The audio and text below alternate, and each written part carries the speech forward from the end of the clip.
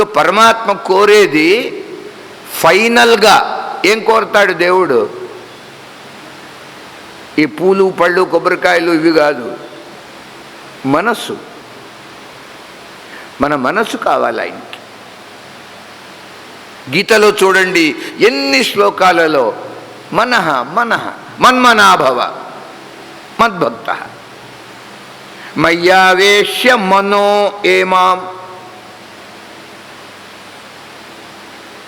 భగవంతుడు కోరేది ఎందుకంటే ఆ మనస్సు వల్లనే సంసారం.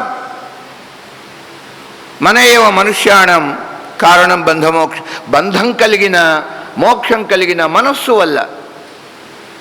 మనస్సు ప్రపంచాకారం పొందితే బంధం, పరమాత్మ ఆకారంగా మారితే అది ముక్తి.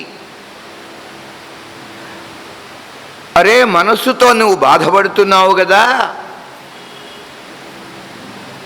నానా కష్టాలు అనుభవిస్తున్నావు ఈ మనస్సు వల్ల.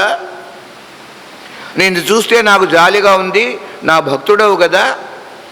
ఏ మనస్సు వల్ల నీవు పరిపరి విధాల బాధలు కష్టాలు కడగండ్లు చింతలు వంతలు దిగుళ్ళు అనర్థాలు ఇవన్నీ నీకు కలుగుతున్నాయో ఆ మనసు నాకు ఇచ్చేయి.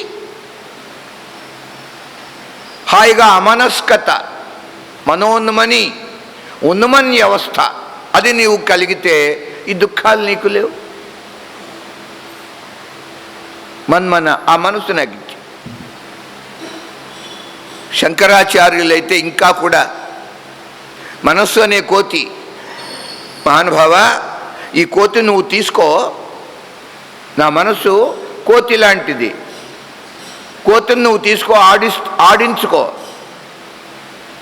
ఈశ్వరుడు మన కోతిని తీసుకోవాలి. ఎందుకయ్యా అంటే నీకు నువ్వు బిచ్చమెత్తుకునే అలవాటు ఉందిగా. ఆది భిక్షువు, మొట్టమొదటి భిక్షువు శివుడు. ఎలాగో నువ్వు బిచ్చమెత్తుకుంటావు కదా, బిచ్చమెత్తుకునేవాడికి కోతి కూడా ఉంటే మంచిది. ఇళ్లలోకి వస్తుంటారు, కోతి పట్టుకొస్తారు, దాని చేతి మనకు దండాలు పెట్టిస్తారు. అలాగా నా మనస్సు అనే కోతిని నువ్వు తీసుకుని ఆడించుకో,